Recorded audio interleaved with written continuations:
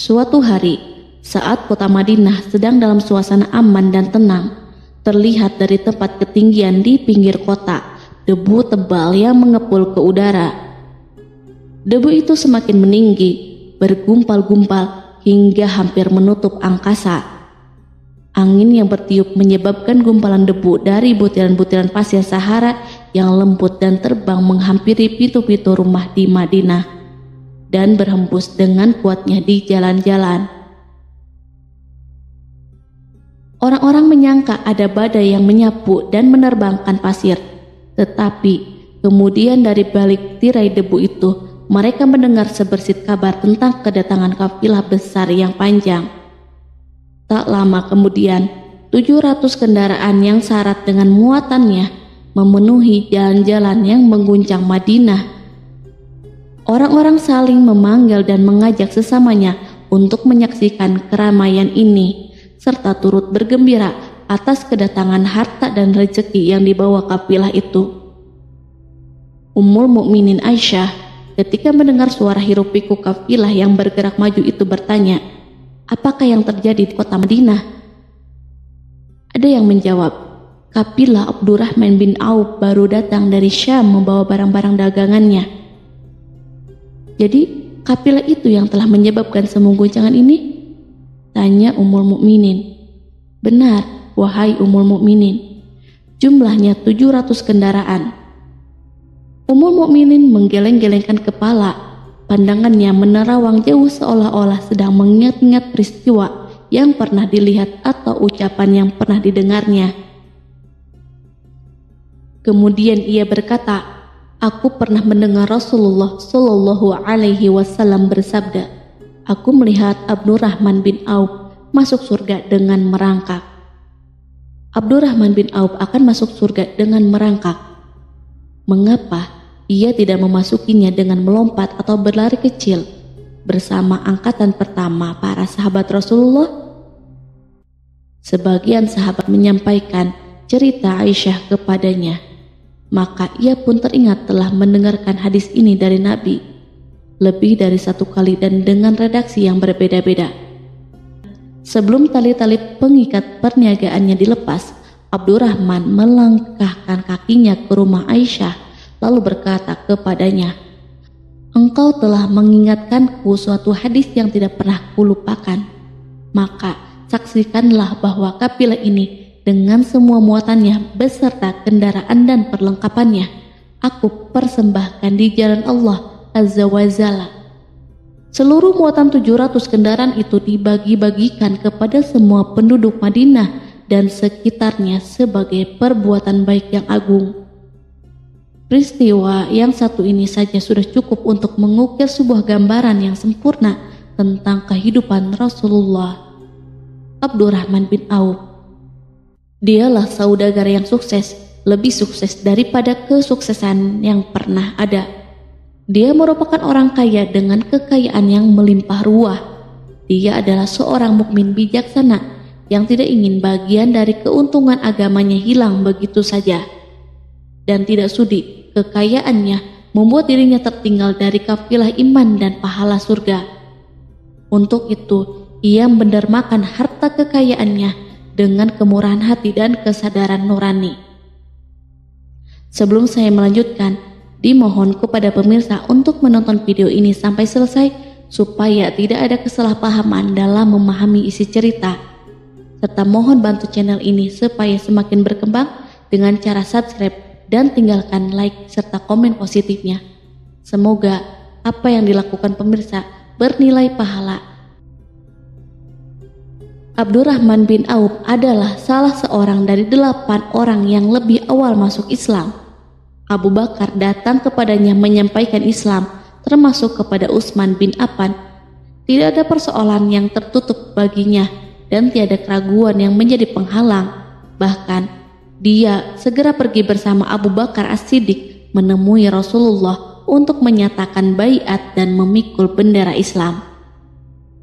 Sejak menganut Islam sampai berpulang ke rahmatullah dalam usia 75 tahun, ia selalu menjadi teladan yang cemerlang sebagai seorang mukmin yang besar. Hal ini menyebabkan Nabi memasukkannya dalam 10 orang yang telah diberi kabar gembira sebagai ahli surga. Umar radhiyallahu anhu mengangkatnya sebagai anggota majelis syuro yang terdiri dari 6 orang yang merupakan calon khalifah yang akan dipilih sebagai penggantinya. Kala itu Umar berpesan, Rasulullah wafat dalam keadaan ridho kepada mereka. Cepatnya Abdurrahman masuk Islam telah menyebabkan dirinya harus mengalami penganiayaan dan penindasan dari Quraisy. Ketika Nabi Muhammad SAW memerintahkan para sahabatnya hijrah ke Habasyah, Abdurrahman bin Auf pun ikut berhijrah. Ia kemudian kembali lagi ke Mekah, lalu hijrah untuk kali kedua ke Habasyah, dan selanjutnya hijrah ke Madinah. Ia ikut bertempur di Perang Badar, Uhud, dan peperangan-peperangan lainnya. Keuntungannya dalam perniagaan sangat besar hingga mencapai batas yang membuat dirinya sendiri merasa takjub dan heran, sehingga ia berkata, "Sungguh, aku melihat diriku ini seandainya mengangkat batu, niscaya kutemukan emas dan perak di bawahnya." Perniagaan Abdurrahman bin Auf bukanlah jenis perdagangan yang tercela maupun monopoli. Bahkan ia sendiri bukanlah orang yang berlomba-lomba untuk mengumpulkan harta atas dorongan agar menjadi orang kaya. Sekali-kali bukan itu, melainkan suatu amal dan kewajiban yang keberhasilannya akan menambah kedekatan jiwa kepada Allah dan berkorban di jalannya. Abdurrahman bin Auf seorang yang kuat emosi jiwanya, di mana ia menemukan kepuasan emosinya itu dalam amal yang mulia. Apabila ia tidak sedang sholat di masjid dan tidak sedang berjihad dalam peperangan, ia pasti sedang mengurus perniagaannya yang berkembang pesat. Sehingga kapilah-kapilahnya dari Mesir dan Syria membawa ke Madinah barang-barang muatan yang dapat memenuhi kebutuhan seluruh jazirah Arab, baik pakaian maupun makanan. Ia menunjukkan kepada kita bahwa seorang yang kuat emosi jiwanya adalah ketika kaum muslimin hijrah ke Madinah. Rasulullah pada waktu itu menerapkan aturan untuk mempersaudarakan 2 orang sahabat, salah seorang dari muhajirin warga Mekah dan yang lain dari Ansor penduduk Madinah. Persaudaraan ini berjalan dengan sempurna hingga membuat hati terpesona. Orang-orang Ansor yang merupakan penduduk asli Madinah membagi seluruh kekayaan miliknya menjadi 2 dengan saudaranya dari kalangan muhajirin. Bahkan istri pun direlakan. Apabila ia beristri 2, ia pun rela menceraikan 1 untuk diperistri saudaranya. Ketika itu, Rasul yang mulia mempersaudarakan antara Abdurrahman bin Auf dengan Sa'ad bin Rabi. Sa'ad berkata kepada Abdurrahman, "Saudaraku, aku adalah penduduk Madinah yang paling banyak harta. Silahkan pilih separuh hartaku dan ambillah. Aku juga mempunyai 2 istri. Perhatikanlah yang lebih menarik hatimu dan aku akan menceraikannya, sehingga engkau dapat memperistri dirinya." Abdurrahman bin Auf menjawab, "Semoga Allah memberkahi dirimu dalam istri dan hartamu. Tunjukkanlah letak pasar kepadaku." Abdurrahman pergi ke pasar. Ia berjual beli di sana dan mendapatkan keuntungan.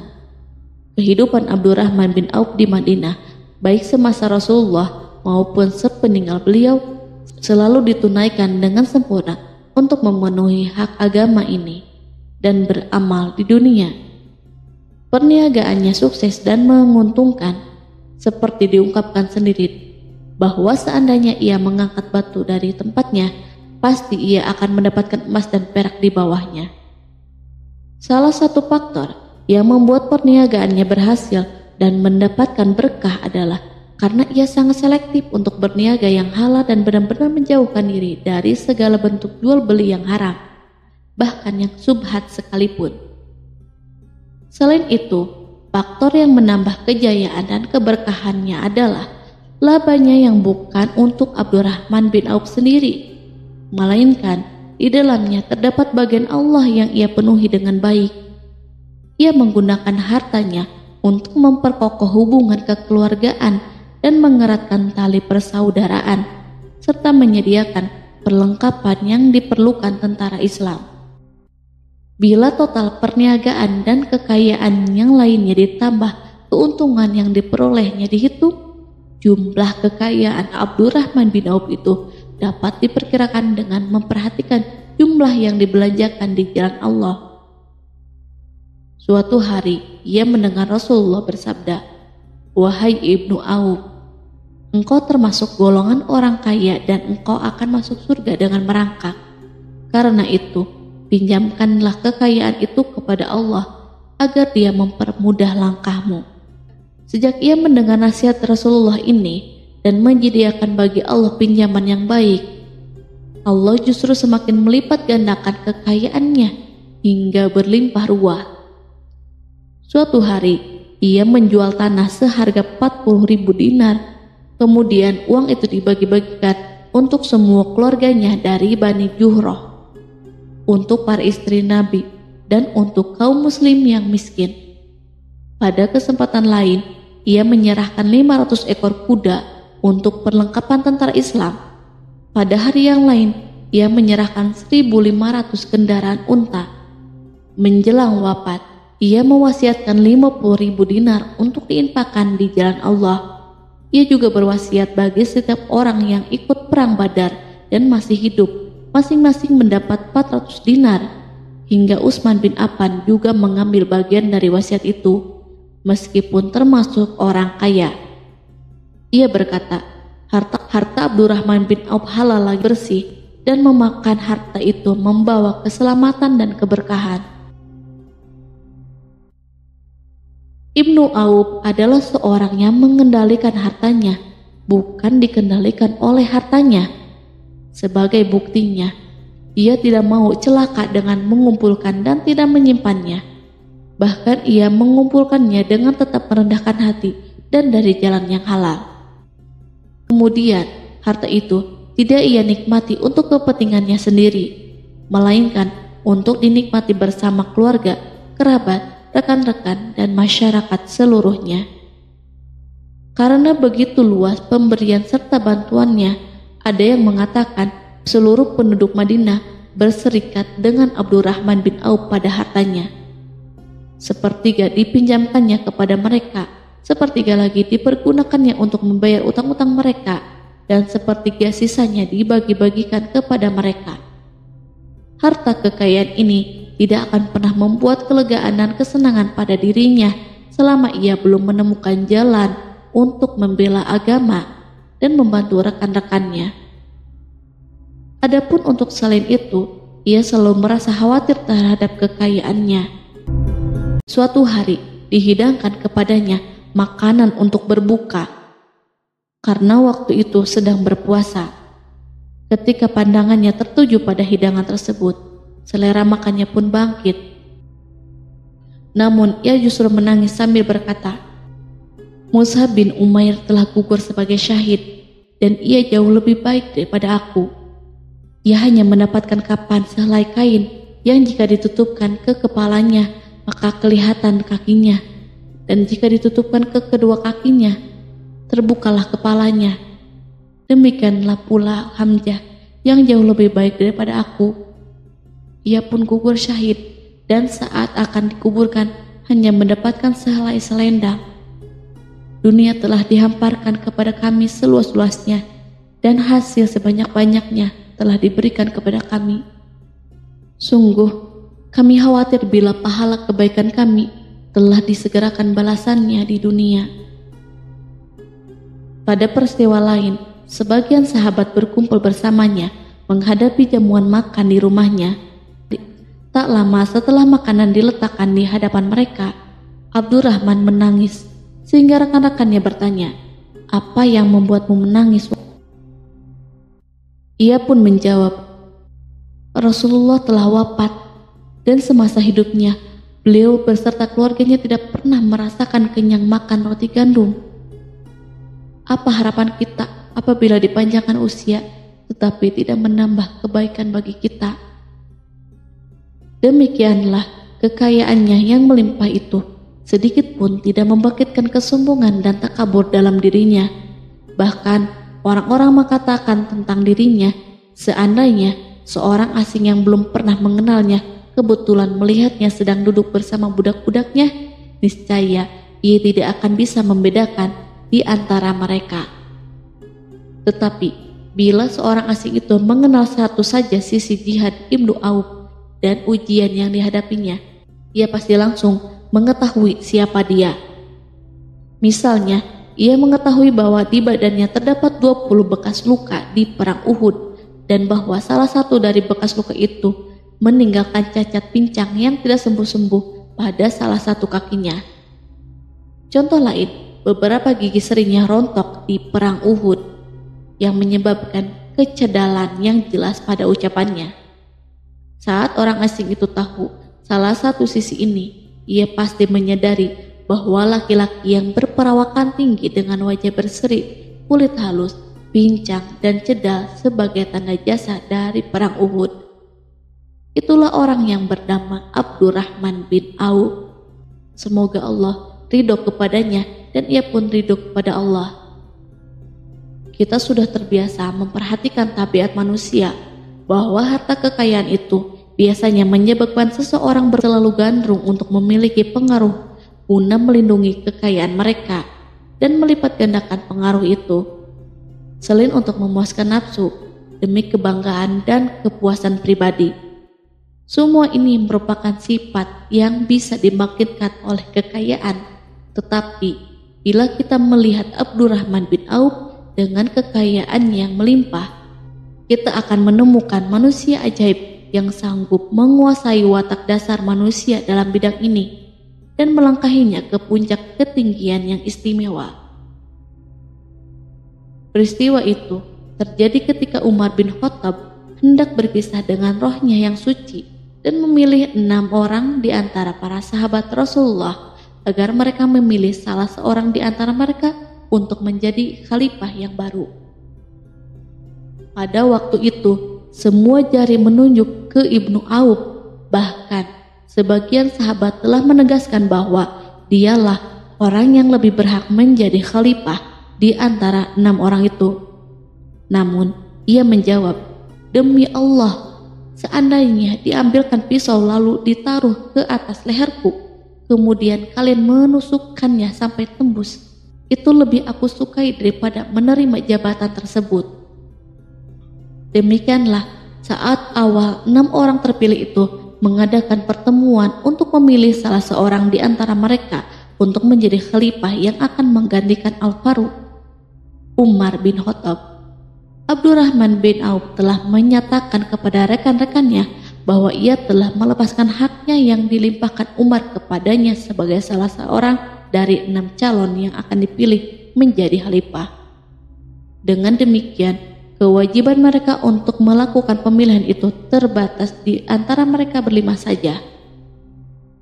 Sikap juhudnya terhadap pangkat jabatan ini dengan cepat telah menempatkan dirinya sebagai hakim di antara 5 orang tokoh terkemuka itu.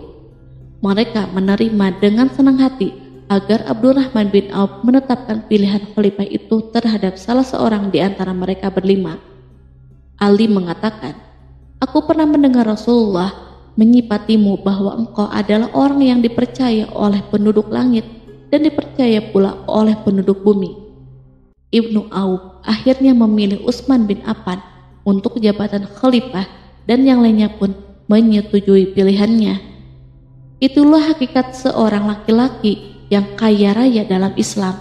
Apakah Anda telah memperhatikan bagaimana Islam telah mengangkat dirinya jauh di atas kekayaan dengan segala godaan dan penyesatannya itu, dan bagaimana ia menempa kepribadiannya dengan sebaik-baiknya? Pada tahun 32 Hijriah, tubuhnya berpisah dengan rohnya.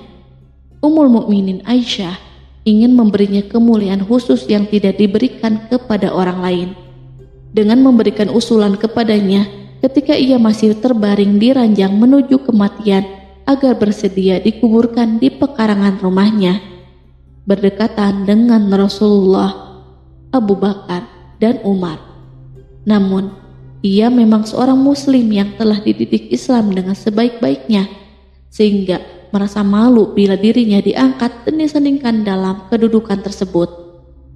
Selain itu, ia telah membuat janji dan ikrar yang kuat dengan Utsman bin Maz'un, yakni jika salah seorang di antara mereka meninggal sesudah yang lain, hendaklah ia dikuburkan di dekat sahabatnya itu. Saat rohnya bersiap-siap memulai perjalanan yang baru, air matanya meleleh, sedangkan lidahnya bergerak-gerak mengucapkan kata-kata, "Aku khawatir dipisahkan dari sahabat-sahabatku karena kekayaanku yang melimpah ruah." Namun, ketenangan dari Allah segera menyelimutinya. Lalu senyuman tipis menghiasi wajahnya disebabkan suka memberi cahaya dan kebahagiaan yang menenteramkan jiwa. Ia memasang telinganya untuk menangkap sesuatu, seolah-olah ada suara yang lembut, merdu yang datang mendekat. Ia sedang mengenang kebenaran sabda Rasulullah yang pernah beliau ucapkan, "Abdurrahman bin Auf di dalam surga." Ia barangkali juga sedang mendengarkan janji Allah dalam kitabnya.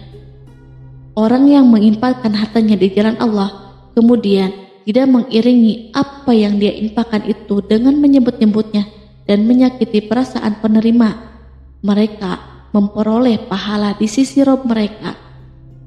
Tak ada rasa takut pada mereka dan mereka tidak bersedih hati. Quran Surat Al-Baqarah ayat 262.